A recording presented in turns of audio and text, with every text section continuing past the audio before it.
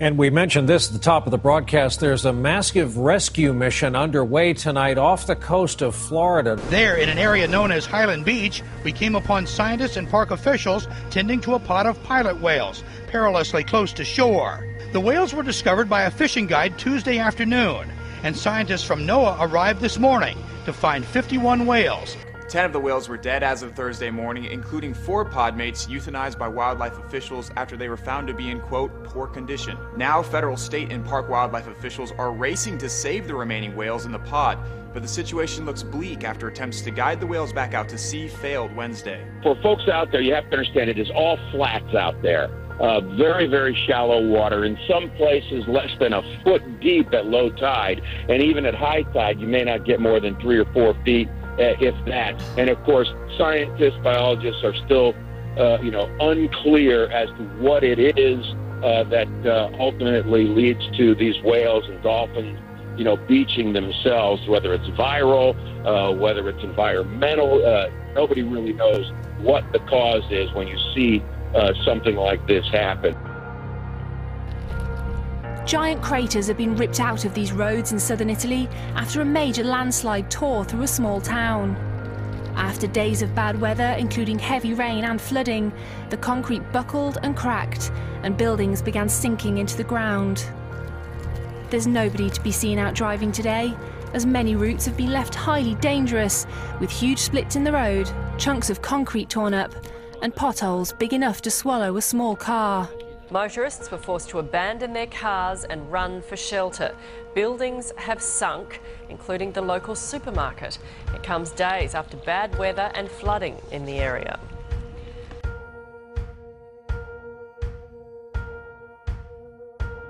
Severe flooding caused by monsoon rain forced over 40,000 people to evacuate in Malaysia on Friday, local media reported.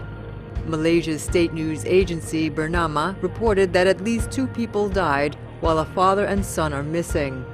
Bernama reported in the state of Pahang alone, more than 38,000 people have sought refuge in evacuation centers. Whitehaven Harbour took a battering the likes of which is rarely experienced in Britain. Floods like this one in New Brighton in the Wirral are causing devastation and chaos, from coast to coast. Rivers burst their banks and more than 10,000 coastal homes have been earmarked for evacuation. As the North Sea reached higher levels than it did during the devastating floods of 1953. The rough tides assaulted coastal communities up and down Britain's east coast on Thursday. Sea defences were estimated by the Environmental Agency to have protected more than 800,000 homes. But when the surge combined with high tides and strong winds, many barriers were breached. Well, it really started in the north, in Scotland, Northern Ireland, and then down it swept through to the Midlands of England. And it really created havoc along the way. Winds of in the Highlands of 220 kilometres an hour, so really extreme conditions. At least 3 people are reported to have died in accidents linked to the weather. Violent storms are showing no signs of weakening in northern Europe, with reports of at least 4 people dead or missing. Britain's Environment Agency warned of the risk of a storm surge, and the Thames Barrier has been deployed to protect London. In Denmark, a 72-year-old woman died when the truck she was travelling in overturned in high winds. The bridge connecting with Sweden has been closed as hurricane force gusts batter the coast. Northern Germany is also in harm's way. The system swept over the island of Sylt with winds peaking above 130 kilometres an hour. Along the coastline, the storm surge forced water further inland. Powerful storms sweeping across northern and central Europe has claimed several more lives. At least 5 people died in Poland on Saturday. 3 of them were killed when high winds hurled a tree against a car in the northwest, where Storm Zava has brought heavy snow. We do want to get, though, right to today's top story here in the U.S., which is another round of both powerful winter storms, creating treacherous conditions at this point from California all the way to New England. Making life miserable for millions of people. At least 11 weather-related deaths have been reported. Icy conditions Saturday went as far south as Los Angeles County, putting a total freeze on I-5. cutting off the major route between Los Angeles and San Francisco. If you looked at the average temperatures of every spot in the country this morning during a particular hour, the average temperature was 14.5 degrees. That's colder than any hour of any day all of last winter. All of this part of a major system that had already left its mark on the south. Homes, trees still frozen in ice tonight. And in Plano, outside Dallas, just look and listen to this. Ice coming off of a roof.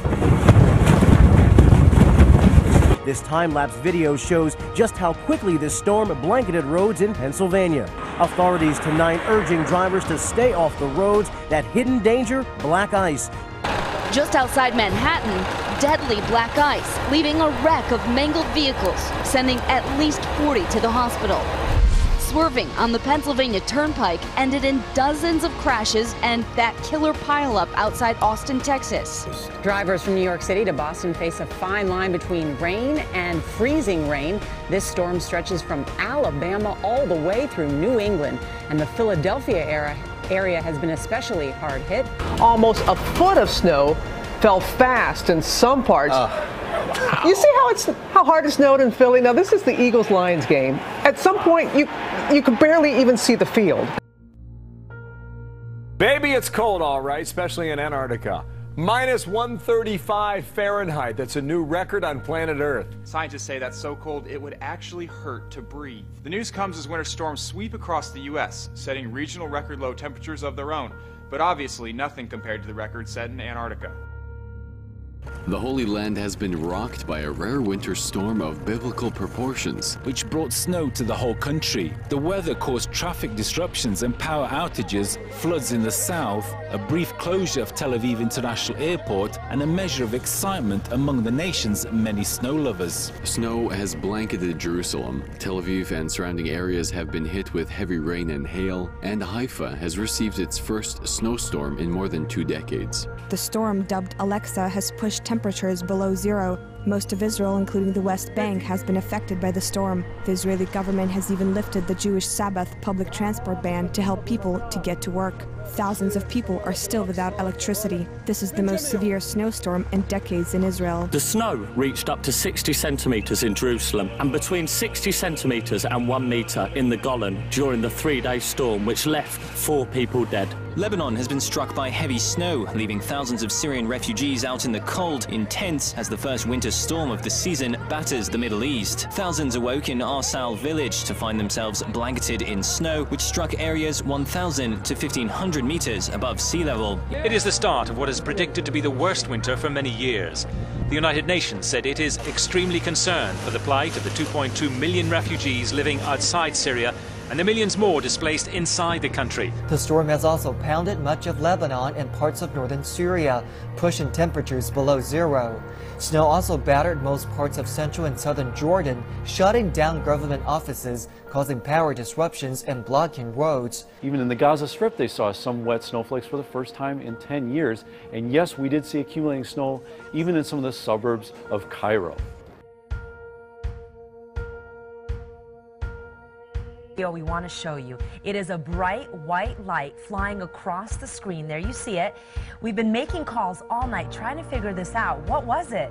Well, what I do know is that whatever this was, hundreds of people saw it. There were big lights, big booms, and it all happened around 7:30 tonight. People really from all over the state, even in other states, have been calling our newsroom, writing on our Facebook page, all the way from Las Vegas to the Mexican border, everywhere in Arizona, from Flagstaff to Oro Valley, even to Benson. We felt this absolutely tremendous explosion. I mean, it shook the windows, it shook everything in the house. I stepped outside and had to be no more than 3 minutes later after I hear all of this, and I see this tremendous white, bright light in the western sky. And it was absolutely enormous. I couldn't believe it.